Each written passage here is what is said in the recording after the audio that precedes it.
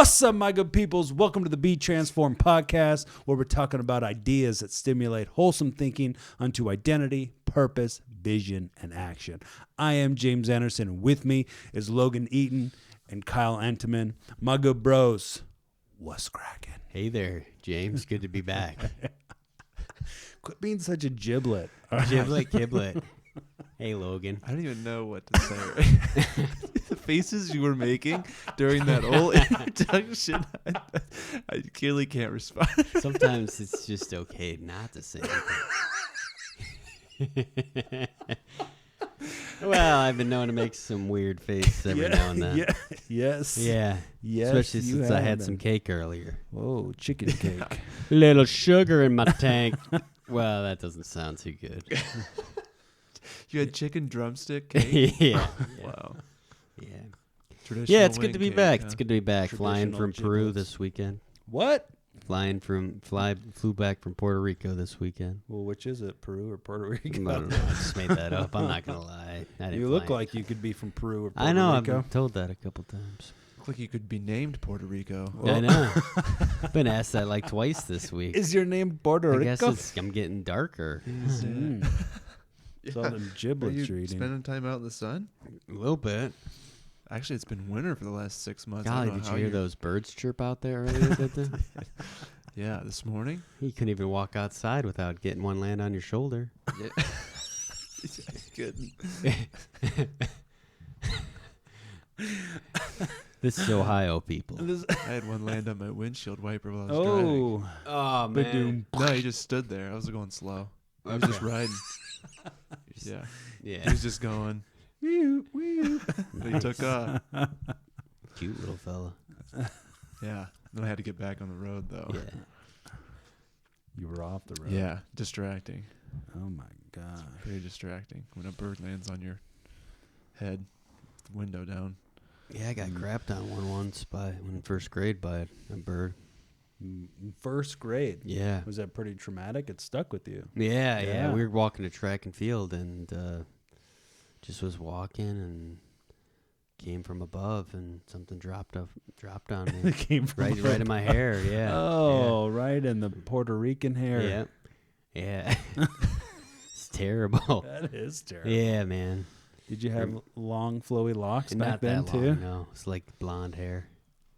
What? This is like I had This is blonde. before you turned Puerto Rican. It was. I was. You had blonde hair? I did. No Yeah, way. Yeah. Bleach? How'd you get it black? I don't know, man. It just happened. It just happened for real. I guess just time or something. I don't know. We went from blonde to black. Mm. I don't know if that's okay. Well, maybe it happens. Yeah. So. Dang. Dang. Hot dang. Yeah. What shampoo do you use? Nothing. Not chicken juice. Don't lie. Nothing. Just once a week. Once a week. Yeah. You only take a shower once a week? Wash it once a week, man. Man, I used You to. want to get that oil, natural oils built up. Well, it looks great. Yeah, that Thanks. happens too fast. You ever like touch your greasy hair and then rub your eye and then Is it your really- eye stings? really? Oh, man, I haven't done that for a while. Because you got the Jeez. grease in your eye. Okay. Mm. All right. No, you Puerto Rican hair doesn't do that. Yeah. Yeah. So your family owns a cookie factory? Mm. Is that what you were saying? No, Gentleman's they don't own Bakery. they don't own the cookie factory. Oh. They just They just named it. yeah. It was just it's like a named trade. after them. It's like yeah. I have nothing. I have no relationship with. I don't think Enteman's Bakery, but You don't think? they have two N's at their name. So either when it came over from Germany, that N was possibly dropped. Wait, I thought you were from Puerto Rico. Yeah, that's what they say. So confused, right? But no, Yeah, so it's not the Elves brand. no, Little no. elf cookie brand. No, that's Keebler. Okay. Remember those commercials where they're up in Are that those tree? even- yeah, and do they're they even squeezing still- the fudge onto those cookies. Do they even They're just having a good old time. do they still exist? They still make those cookies? Yeah. Really? The squeeze fudge cookie. No, Yeah, the they're freaking good. gerblets or whatever they're called. Yeah, Keebler, Oh, the Keeblets. snack or Keebler cookies. Yeah. Wow. Keebler I Keeblets, yeah, I man. remember those when I was a kid, but They just you I don't know take if they the still made take them the anymore. top off and lick the Lick the fudge in between them. Yeah. Yeah, you did. Fig Newtons were pretty popular Yeah. too when I was younger. Mm. Or I just ate a bunch. I don't know if they were popular, but I ate a lot of them. Yeah. Vanilla wafers. Yeah, those are good. Mm. Real good. I don't know The if they still circle have ones? those. Yeah. Nil- those Nillas? hard Did you circle ones. did you ever get the ones that they were like lemon with powdered sugar on them? Mm-mm. Yeah, No, those, those not a sound lemon. really good. Not those were lemon the jam. person. Were they good? Yeah. Yeah. Yeah. Oh yeah. Dang. Yeah. Real jam. That sounds Real like jam. Sounds like something a senior citizen would eat. No. Oh, Probably boy. because they're Wow. good. Yeah. Yeah. Because Yeah. you can still taste them. Lemons. lot of Zestiness. yeah, Lemons are taste popular. buds Yeah. action. Well, I never really your liked lemon Big stuff. Newtons. Yeah. Yeah, I like Big Newtons myself. Yeah, the cherry or the what's in the middle of those things? Does anyone know? Newton. Oh, And inside of outside so of fig that is fig. That's the fig. Then outside of that is the Keeblers. Fig Nugent. Giblets. There used to be a cookie, like just a store that had cookies and Newtons in it Really? when I was younger. Yeah, but it was in a small town. What? It was like a small Like store. it was a bakery?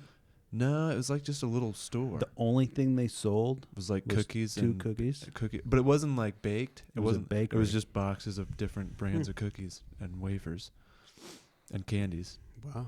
It's just a small shop. So it's like home. Probably one of my earliest memories. though.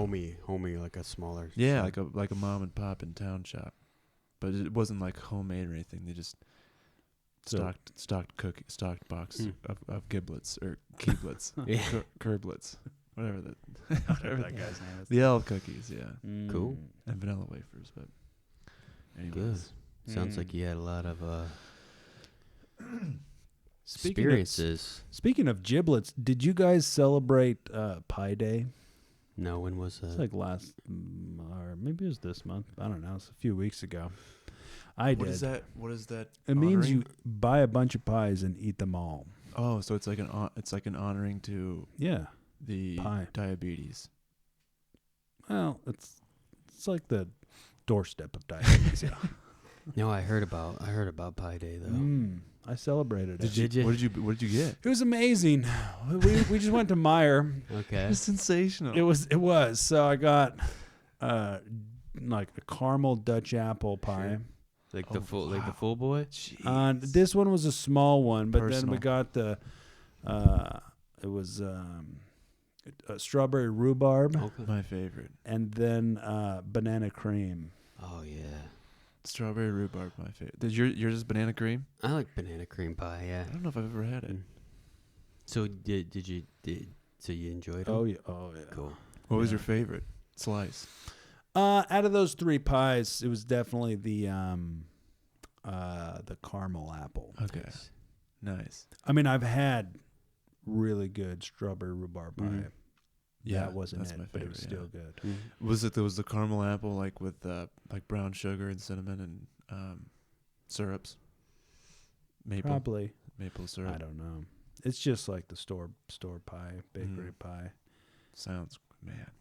It is pretty good. I really yeah. just got hungry. Mm-hmm. Yeah. Yeah. Yeah. Oh, that was okay. When was that? I have no idea. Oh, okay. But we could do it again. Any day could be that. I think every day could be. A Pie Day. Boom, boom, boom. Yeah. It was delicious. It was delicious. Oh, good. And I think I Did got, you feel? I How'd got you? rooted, decently fat. Yeah. Did you? I am did you decently feel? fat because I'm still Did I'm you feel still good the feeling next day? felt wonderful. You felt fine. Yeah. It takes a couple days for your stomach to start expanding. Mm. Then you're like, geez, how'd A I lot of get like energy in this? those pies. And then you're like, oh wait, I ate like 3 whole pies. Sustained energy for the next 2 hours. Wait a minute. It's worth it though. I bet. Yeah, I believe it. Shoot, man, you're not gonna live once. You know what I'm saying? I think I'm gonna Might as well drop eat by some Meyer freaking and get a pie. pie tonight. Where'd Yeah. you get the pies? At Meyer. Oh wow! Do you 'Cause think they we were still there. have some? We were there. The pies were there. It just seemed like it was serendipitous. Mm-hmm. Yeah, it seemed like it was beyond coincidental. It was meant to be. Yeah. Mm. So Well, that's great. That's that's wonderful. good. Yeah. So Pretty much. cool. Great. Yeah. Wonderful. So we taking that raft out this year. Let's just do it.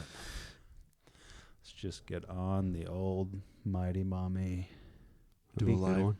a live broadcast from Grandpa from Weir's. Grandpa's Weir's. Grandpa's Weirs. Grandpa Weir's golf. Weir's Rapids. Yeah. Grandpa Weir's. Yeah. Gosh, man, he's Sludge puppies. It's he's been, huh? That should stuff be was moving nasty. though. Yeah, think it should it's- be. The sludge or the river. Yeah, there might not be as Yeah, much sludge because yeah. it's moving. Yeah, some river elixir. Oh, some good stuff, wasn't it? Yeah. Do you think we might hit a fisherman? I hope so. I don't know. Yeah, I don't know. Hmm. Oh, I don't know. Yeah, I feel like we went a little later in the spring. Yeah. Was that August? Did we go in August? Maybe. I don't know because it was like it was slowing down. August or September or something. You want to go when it's speeding up. Oh yeah, we were stagnant there for a while. I think. Yeah, we had Somebody a wouldn't- paddle. when somebody wouldn't row. Oh my gosh. Yeah. Remember when you almost fell out? I think that was you. Grabbed onto my hair. You're like, help, Kyle. I think I fell right to your arms. Yeah. You stood up and I rocked the boat and you fell backwards. I don't think that's how it went. Yeah. I think you were on the front saluting the rest of the river. Really? Yeah. And I was just back there like, this kid better sit down. And I I feel fell like back- you were standing up too. And I was like, dude, guys, we got to paddle. I don't know how long this is going to And take. then you rocked the boat. And next thing I know, I'm in between Kyle's legs in the boat. Yeah, that's funny. Yeah. Gosh, river cream flying up. River cream flying up. Gosh, there's a lot of weird stuff in that river. It's an adventure. It's good for you. Mm-hmm. It's good for life. It is. Well, should we get into it? Yeah, what are we talking about tonight? We're going to talk about getting into some maturity. Whoa, maturity. You're over there Which making is some not- some well, weird in faces. God, growing in Okay. maturity, like in the faith. Okay. It's full of goofiness. Look. Kingdom of heaven is righteousness, peace, and joy. So you better go freaking get you some. All right? Goofiness makes you joy. Yeah. Be goofy. Be goofs. There's a Yeah. time to not be goofy, but there's a time to be goofy. Yeah. There's a time to eat pie. And there's a time when you wish you didn't eat as much pie. Time for both. Definitely seems like there's an order to it, though. Yeah, you can't have them at the same time. Yeah, so maturity. Yeah, so there's this in Hebrews 5, the writer, he's been talking about Jesus, and he's talking about Jesus and Melchizedek, and he's to the people he's writing to, he's like like he's having a really hard time, like, because he wants to break this down, but at the same point he's like, look, it's hard to make this clear to you because you've stopped trying to understand. He says, by now you guys should be teachers, but instead you need someone to teach you the basic elemental truths all over again, right? You need milk instead of solid food. He says people who need milk, still being infants, are not acquainted with the teachings of righteousness. But solid food is for the mature, who through constant use have trained themselves to distinguish between good and evil. And so the gateway, if you will, into maturity in God is in this reality of righteousness. And and he's like, so it's in this, then it's through this position of righteousness that then you kind of have access into all the things that the kingdom provides, right? I mean, you become a citizen, you become adopted into sonship, right? You become co-heirs and co-laborers with Christ. And, the very Spirit of God is a deposit guaranteeing the good things that are to come. And so, but all this is accessed through righteousness. And then, he says maturity, solid food is for the mature. And they got there through the constant use of the truth, right? This repetition of learning, then applying what they learned, right? And you continue to kind of grow in understanding and experience and grow deeper in knowledge, and you take more action, right? And you just continue to grow. And it's in this process that you become mature, right? Where you're able to distinguish between good and evil, right? Somebody who's, right, an infant, like when you're new and you don't have that much knowledge, it can be hard to be like, if you hear a fine sounding argument and it's incorrect, you might believe it because it is that, like, it sounds good, but it might be incorrect. But through the constant use of the truth, you know the difference between what's true and what's not, because you have taken the action, right? And so I was kind of thinking about this concept of this constant use of the truth, and thinking about like sports and practicing the fundamentals. So like, so if we just take basketball, right? I mean, you have, the basic fundamentals of like, I don't know anything about sports, but I think you use a football. Starts with an S. Yeah. But like, so, you would practice dribbling, you would practice passing, you would practice, you would sprint, right? You'd get conditioned, you do layups, free throws, 3-pointers, all these different, the basic fundamentals, and you continue to practice them. Like you get into the NBA, right? Like the best, some of the best players in the world. Mm-hmm. And what do? They practice the fundamentals. And it's through this constant use of these fundamentals that they grow in ability and skill. And it's like, but there's this reality where if you pause and you take like a decent amount of break, you begin to lose some of your like your speed. Like if you have two really good teams going up against each other. One team takes 2 weeks off and the other team doesn't take any days off, right? They just keep practicing shooting and this and that, right? I mean, obviously they're conscious of like not overworking, but like they just continue to dial it in, right? These guys are going to have an advantage over the team who took 2 weeks off. So, I mean, like, how have you guys seen in your lives, like, how have you, maybe in sports or just in lives, how have you seen, like, this kind of, this reality of the fundamentals, like, having benefit in your life and kind of aiding you in maybe your abilities? Mm-hmm. Got anything, Logan? Sure. Yeah, I guess the thought that just came into my mind was just continuing on with the sports thing was like in I think like in wrestling it was a good example. Like in wrestling you didn't have to know much, but you had to do. There's a certain amount that you knew, but the main thing was like being able to do the move better than the other person, or be able to escape a move or escape a hold better than the other person. So it was constant, like every day I hated it, but it was like every day it was like the same, you were practicing the same moves every day. So you knew the moves, but there was only a limited amount of knowledge that you needed. But there was an unlimited amount of practice that you could do to get better at the move. Like every time there was potential to be gained from doing the move over and over and over again in practice. And I think though, so then right when you got done talking about that, I was thinking like even today, like just from all that repetition, and that was, I don't even know, that was probably 10 years ago.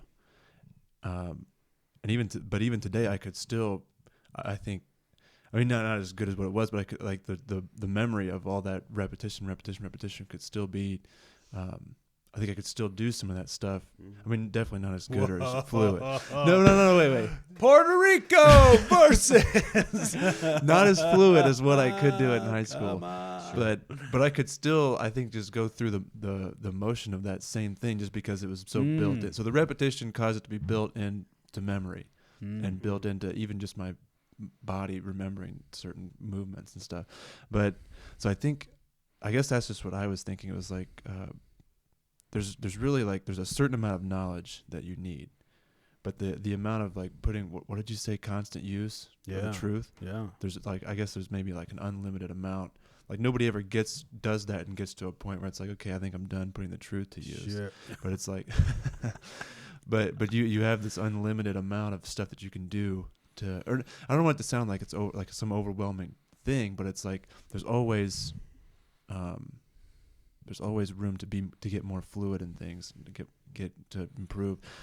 So yeah, and then I think just too, it's like what your foundation is. You don't, when you rep that over and over and over and over and over, that it's almost, it builds into your DNA almost, and you just become that. Whatever you rep day after day after day, you become that thing. That's just what I was thinking. Yeah, wrestling was the first thing that pumped in my head. Definitely. But yeah, that's 100%. Same with weightlifting. I mean, we do reps, and it's just built into who we are. Yeah, those movements, I guess. Yeah. It's weird how your mind and your muscles work. Definitely. But reps make. Man. I was trying to find something that rhymes with reps. Makes the reps peps. make the makes the giblets. Makes the giblets. You're right. That's great. Yeah, what do you think? Oh man, Mr. Puerto Rico. Mr. Puerto Rico. I was thinking with music. Yeah. Like okay, so I like to play guitar and like sing a little bit, like Jim Croce a lot. so like yeah, when I first started playing, I like, I was doing like more trying to remember the songs and the chords that go with it. It was hard, like, because I was nervous I'd mess up what the words were or what chords went with what. So I just keep practicing and practicing. Like the one song, Operator, help me place this call, that one I play all the time. But like now it's like it's a lot easier to play because I don't really think about it too much. So the repetition of playing that song over and over again has helped me to play it. Like, so when I play next time, it's just you. It's just part of you. Yeah, I don't even think about it, And like part of me sometimes is like, wow, it was that. Like, shouldn't I be worried about screwing up or something? And I don't even really worry about it anymore. So music's been part of that in my life and learning to play those songs. That's interesting. Yeah. That literally became who you are because you can just play it just in you. Pretty much, yeah. Muscle memory or whatever you want to call it. I don't know what exactly it is, but yeah, kind of became me. So interesting. Yeah. Yeah. Yeah, what about absolutely. What about you? What about me? Repping certain things? The old rep it. Just rep it. Just rep it. Rep your pants? About to. That's when you split down the split. Oh, yeah. I did that a couple weeks. Eating too many pies. You repped some pies the other day, didn't you? I totally rep some pies. Yeah. Yeah, absolutely. Yeah, like the repetitions, right? Like you become what you behold, like what you continue to think about, the patterns, right? What a pattern executed with repetition creates a habit. Right, so you're able to do it without thinking. So you practice these fundamentals over and over and over, right? I mean, you practice passing over and over and over, and so when it comes time into the game, like in your mind's like you're focused on a couple different things, you go and you do what you've created the habit of doing. So. Right, like it's you have your conscious mind and your subconscious mind. Your subconscious mind is actually your body, and it's the repetitions that you do, your body adopts, so that your body will do them without you having to think about it. And so everybody can relate to this one when if you have a license and you drive, you've found yourself driving, and then for 10 minutes your mind was just off somewhere. You come back into like focus and you're like, dude, I don't even know how I got here. Like I wasn't paying attention for the last little while. Right. Yeah. So you were driving subconsciously. So your mind was focused, like you were in your imagination thinking about something, but your body was still at work. So, but here's the reality. However you drive is how you drive subconsciously. So if you suck at driving, where like you're that's a little harsh, but like, you know, if you're back and forth on the acceleration, if you're like bobbing and weaving, if you ride the person in front of you, you know, however you normally drive is like with repetition, that's how you It's a good day for me. subconsciously drive. Yeah. Right. Yeah. So, but yeah, so you think about like the repetition of the truth. It's really interesting because, so like when you think about like all day, I keep it cultivated. Yeah. All day keeping it cultivated. Exactly. So you gotta you gotta like keep repeating that. You repeat it. But Cultivate. no, but so look, because here's what people say, right? So, are you making faces? What's happening? No, I don't know what he's doing. Yeah, okay. You freaking Sheeblers. What's it called? Oh yeah. So okay. So it depends on who you talk to. But anyways, you got about like let's just call it 10% of your brain is like of your mind is your conscious mind, right? So depending on who you talk to, sometimes like 90, 91, 95, or sorry, it's like 9 or it's like 5% of your mind is actually your conscious mind. The rest of it, 90, 95% of your mind is your subconscious mind, right? And people talk about it, you know, it's like your body wants to be lazy. But no, I don't think so. It's that you learn how you're going to live. You practice how you're going to live, your body adopts it, and then that's the foundation you live from. So when you live from the truth and you rep it over and over, but I'm talking about like your like internal, like the conversation you have in your mind, right? Like I'm talking about like your emotions mixed with thoughts, like no matter what you're doing, you know, you're playing a song, you're like, dude, shouldn't I be like worried? Right? Like you got like these thoughts, these emotions, you're like, no, it shouldn't be. Right? So it's like all these things with repetition and repetition of how you practice how you actually want to think, how you actually want to feel, who you actually are based upon what the truth actually is. Dude, your subconscious takes that over. You just became like what you have put into practice with repetition.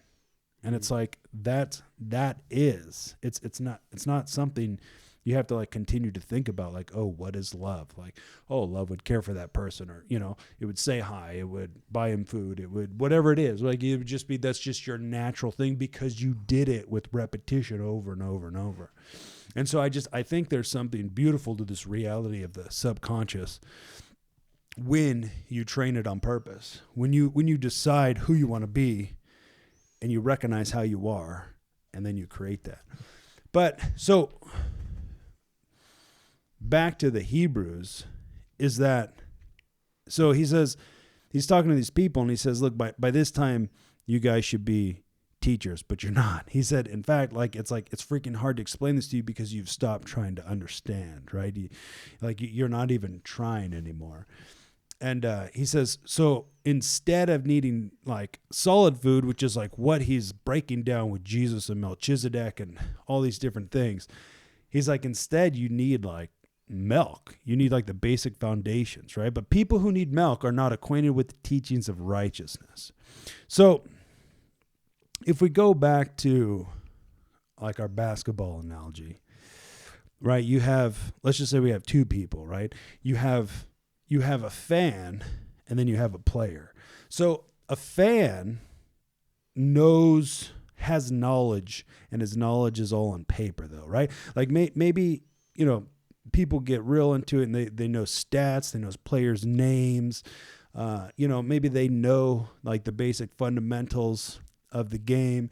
They say, oh, hey, you know, if you put all these players together, this team would be unstoppable, right? Like they do a lot of research. They look at it from the outside, right? That's a fan. Well, a player, right? They learn for a totally different reason. They learn so that they're like, what can I learn that I don't know that would make me better? What can I learn that I can apply that's going to help me become better at what I'm doing, right? So a player learns to apply for the sake of application and becoming better. Well, if you put a player and a fan on a court together to play a game, you can guarantee the outcome without ever actually watching the game, right? Because the fans, all his knowledge is just on paper, where the players is all an experience. And so this concept of righteousness is the gateway into maturity. But see, a lot of people hang out on the outside of this reality called righteousness, right? Righteousness is right standing with the King. It's that we have been put into right relationship with God. But a lot of people, like, they could tell you that, but they think, feel, and act as somebody who's not in right relationship with God, right? Like you constantly kind of feel like, freak, man, I feel like God's far away. He doesn't love me. Like I had this thought, I think maybe God doesn't love me or this and that, whatever. But what happens is that when you misunderstand what righteousness is, you kind of live a life like you kind of become a fan, like where you can read some stuff on paper, but you don't actually like apply it. And so you never actually grow in maturity because you never actually get into like what you're created to get into. What do you guys think about that? Yeah, kind of being afraid to step into things because you don't feel adequate enough. Yeah. Yeah, like you have to earn something. That's that's you're saying that's the common mind frame that a lot of people have. Yeah. So I definitely understand that, and I don't know, when I feel those pressures or fears, I do have to remind myself, like, no, I'm like already on right standing. I'm already righteous. I have all that's within me to perform what I need to do, and that does take repetition and practice to remind myself to keep going forward, even when I feel like, oh shoot, I can't do this, or why me? It's like, why not you? Because I think we sell ourselves, at least I do, can sell ourselves short really quickly. Say push it aside before we even give it a chance, because we're afraid of that we don't have the ability or that we're not worthy enough of it. Definitely. But pushing into it and going into it is the only way I've found that works out for that. Just doing it. Leading into the thing that you were afraid of. Yeah. Or right. Like having that, like I need to earn something, or, or like maybe you grew up in a family or something where you felt like you had to earn all this stuff. Like you had to be this, like getting rid of that false lies and then adopting what, godly truth about it. Like you don't have to live those earning type of lies anymore. Yeah.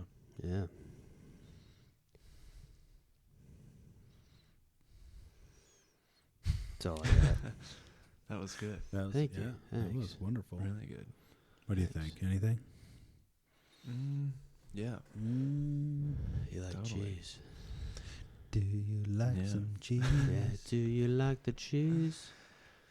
Yeah, but I bet you if people knew that truth, they'd do a lot more, just doing it, not worried about trying to prove something. It's interesting, though. Yeah. Did you ever thought or no? Not so much.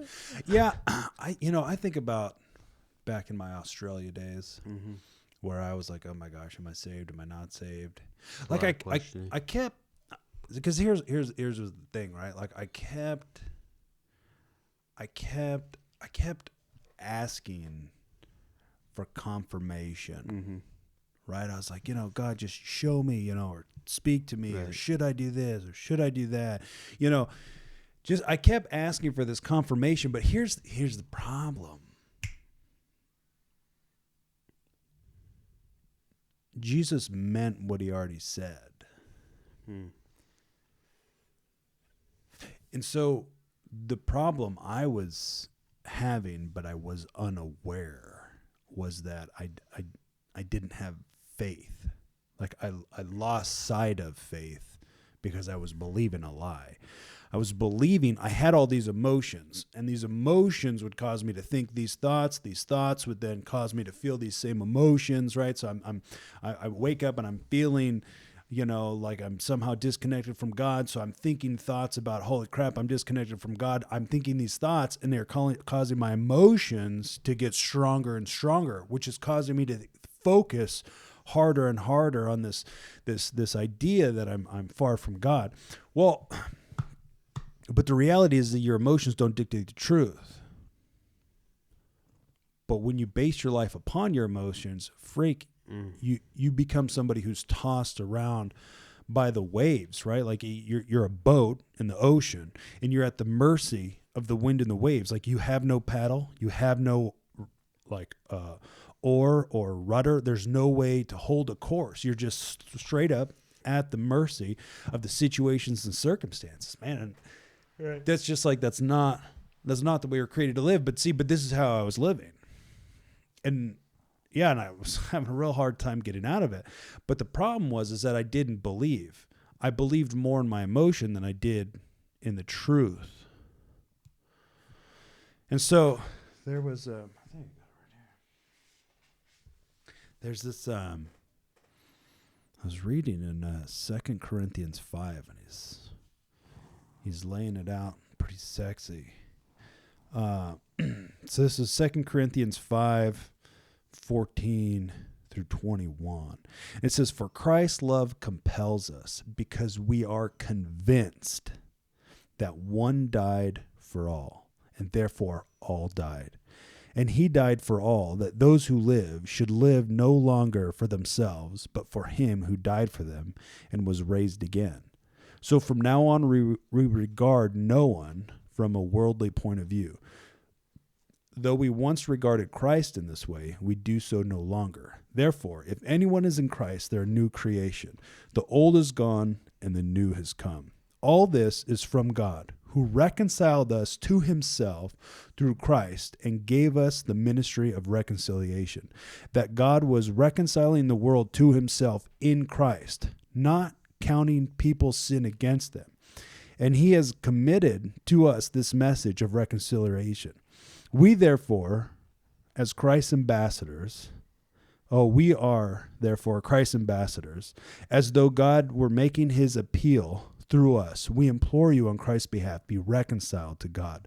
God made him who had no sin to be sin for us, so that in him we might become the righteousness of God."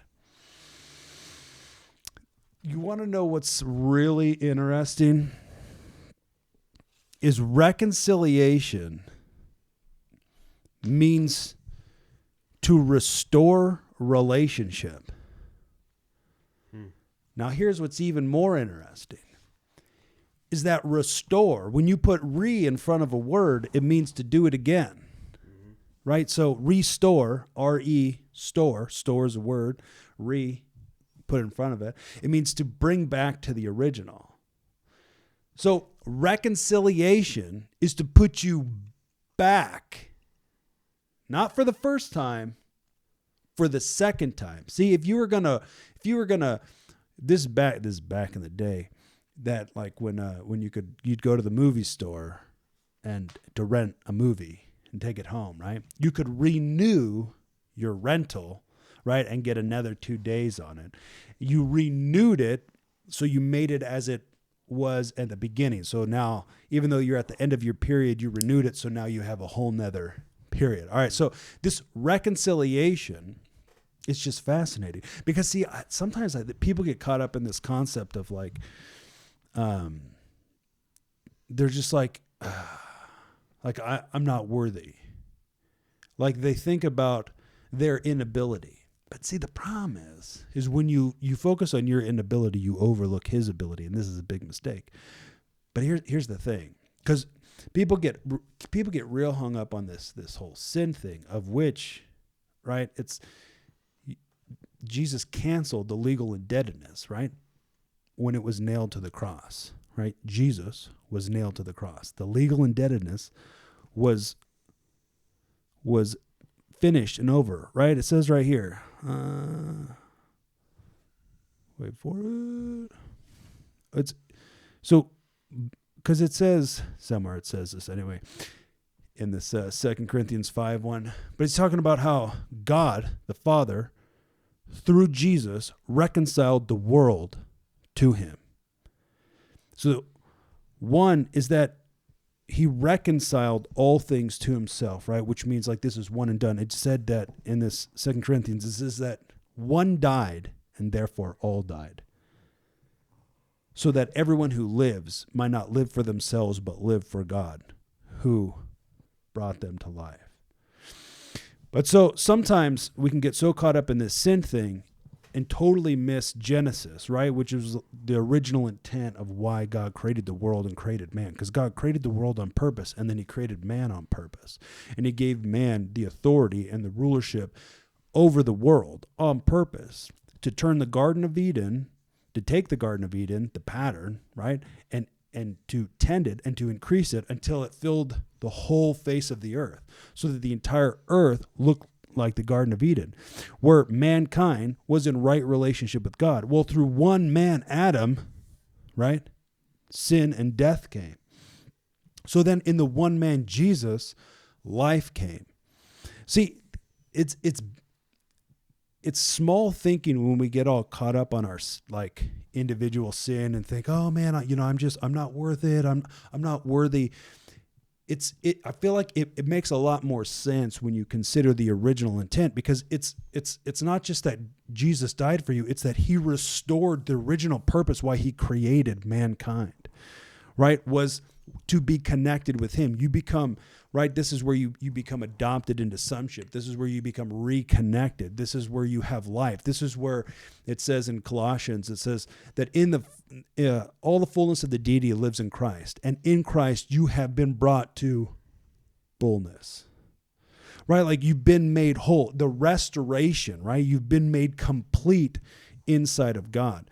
But this all has to do with that original intent, which is why Paul's talking about in this 2 Corinthians 5, he's saying, that those who then who come back to life, right, that they would live their life unto God instead of for themselves. Because that's total function. That's like what we were created for. It's not this religious thing that sucks. It's this thing that you were actually created for. It's the sweet spot. It's like, oh, yeah, that makes sense. Beautiful. But it's like all this is inside of this reality called righteousness that you have it. And so outside of that, if you never step into righteousness, then you're never really going to step into any kind of maturity, because you're never actually going to, you're never going to apply what you have access to. You're never actually going to walk in faith. You're never actually going to, use your potential, the God-given gifts. You're never going to think creatively when you're too bogged down with fear, doubt, and worry, trying to be like, freak, does God love me? I don't know. Shoot, I don't know. Well, I didn't do this. I had this thought. Oh my gosh. You're right. Your mind, it's spinning right in the spam of suck. And so it's like, you're never going to go in a straight line when you're too busy running around in circles. So righteousness is the path to maturity. What do you guys think about that?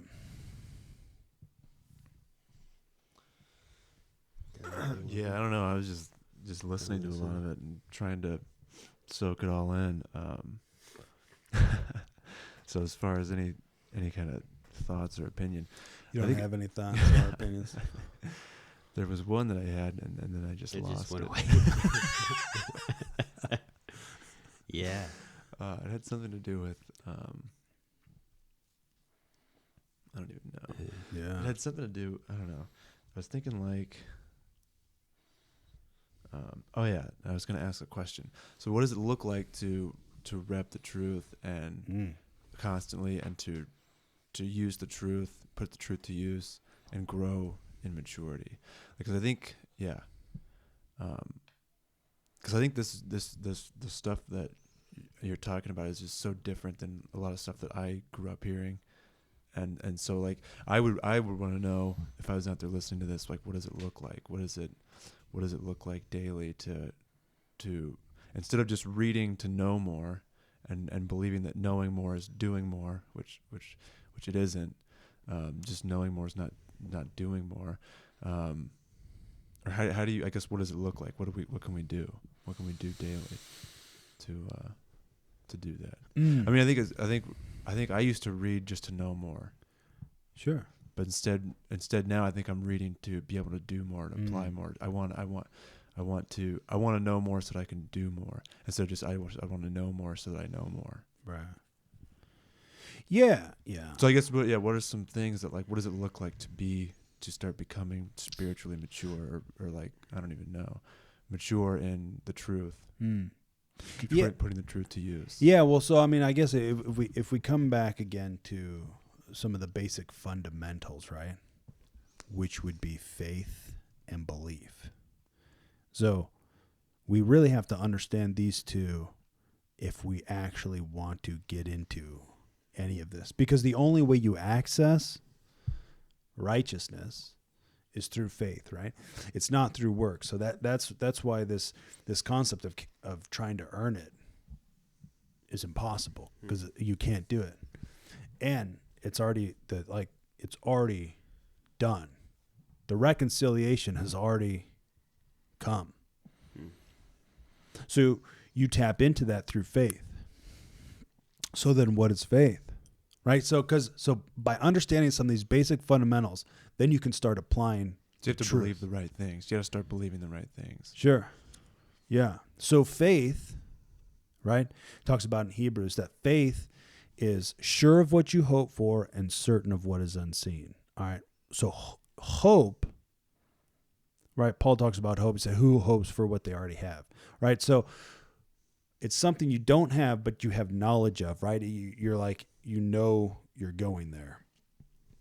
Faith, well, here's the point, that faith is belief in the unseen, right? It's like you can't see necessarily, like, I mean, there are the effects of reconciliation, but like at least like at the first go, right? I mean, it's like, is it written on my face? Like I didn't get like a tattoo didn't appear, right? Like there wasn't like this visible thing, right?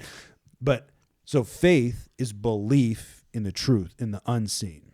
So then what is belief? Well, belief, as we've talked about before, belief is the lens then that you see. So belief on a whole is created, again, like it's created like a habit, right? So it's a pattern that's executed with repetition, creates this habit. This habit over time becomes a belief. So beliefs then govern how you think, how you act, how you feel, the decisions you make. So a belief on a whole, it affects your perspective.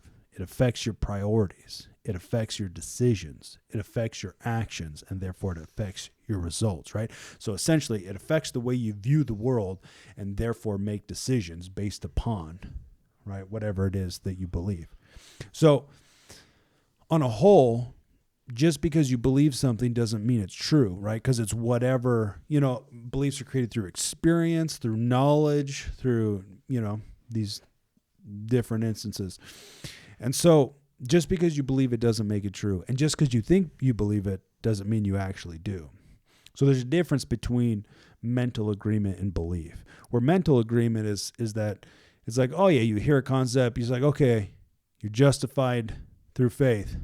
Bam, justified. But then you go home and you think thoughts of like, holy crap, I feel like I'm far away from God. God doesn't love me.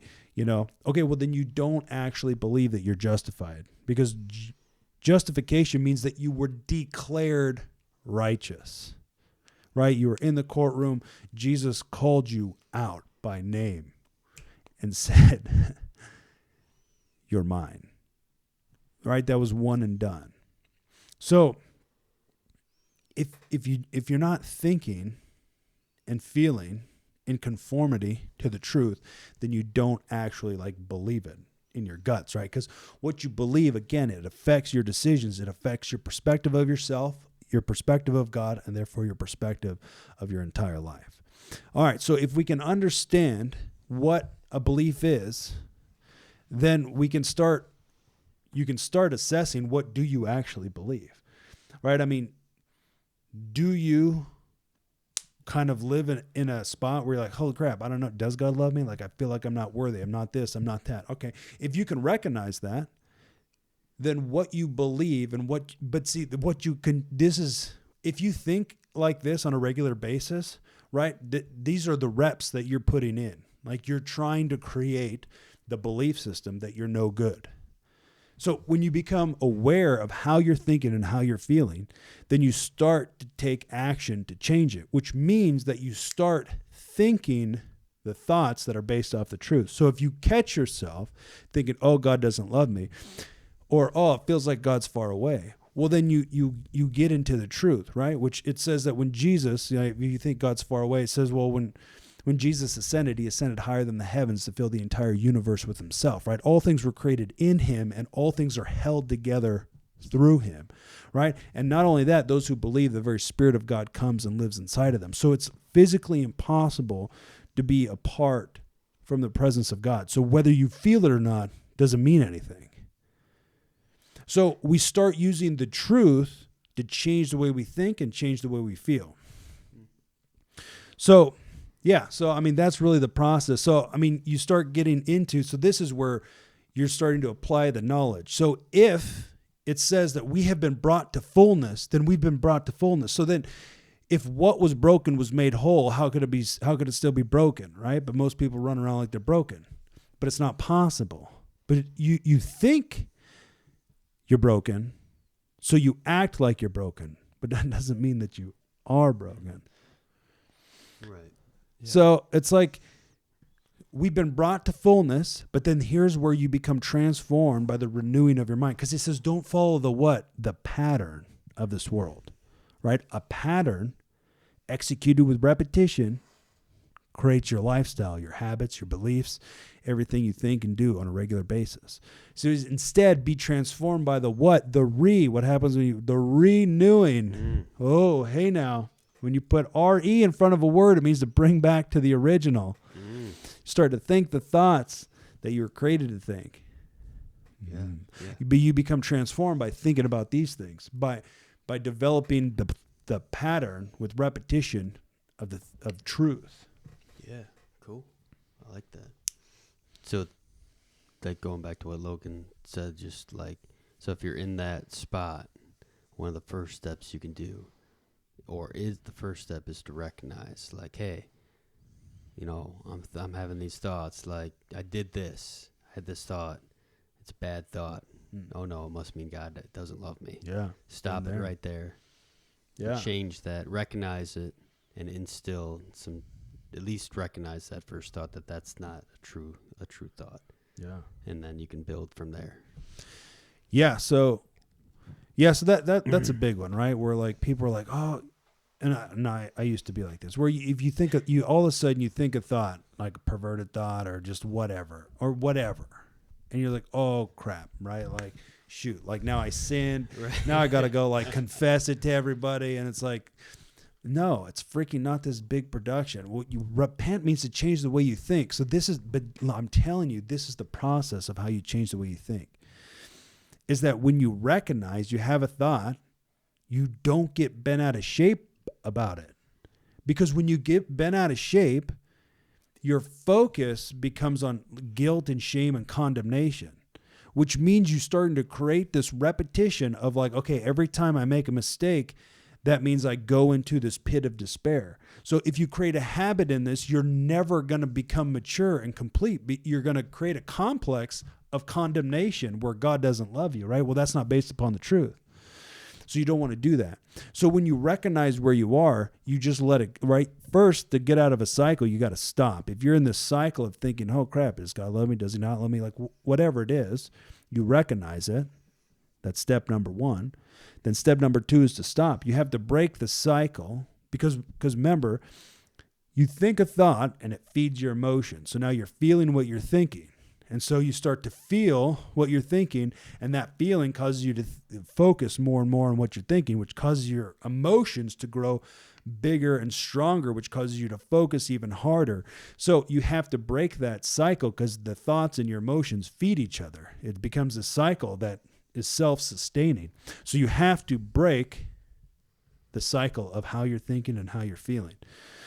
So, and that's then where you apply the kingdom mentality. You start applying the truth over how you're thinking and how you're feeling.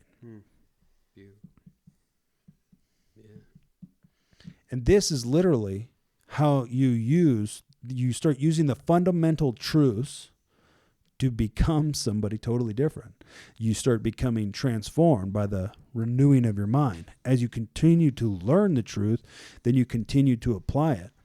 And when what you're focused on is actually the truth, though, right? Like that you've been reconciled, that, you know, God's not counting the sins against the people any longer. For those who believe, it's like, freak. Look, he says, for Christ's love compels us because we're convinced. We're convinced. We're convinced that one died for all, and therefore all died. He died for all, that those who live should no longer live for themselves, but live for him who died for them and was raised again. He's like, no, but we're convinced. We're convinced. You're convinced because you learned the truth, you applied it, and you freaking experienced God.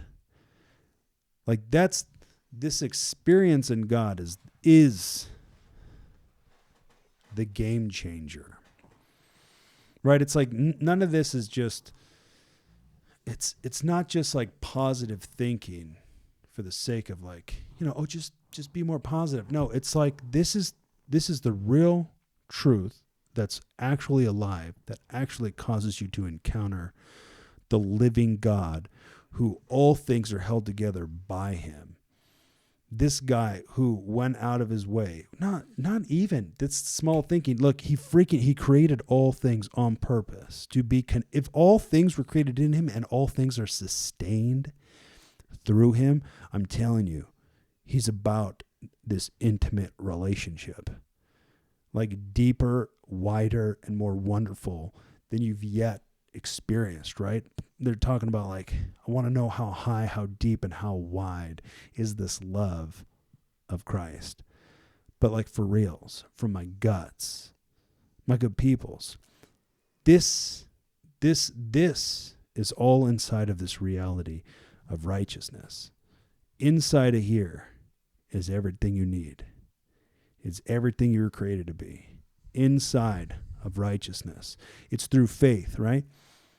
Faith is belief in the truth. Belief is when you start to be conformed to whatever you believe, where you start being conformed to the idea, to the truth. That junk is what causes you to encounter God, causes you to be transformed, causes you to tap into your potential, discover purpose, create vision, and create a life that freaking displays the splendor of God everywhere you go. So in Jesus' name, my good peoples, live in righteousness. Peace!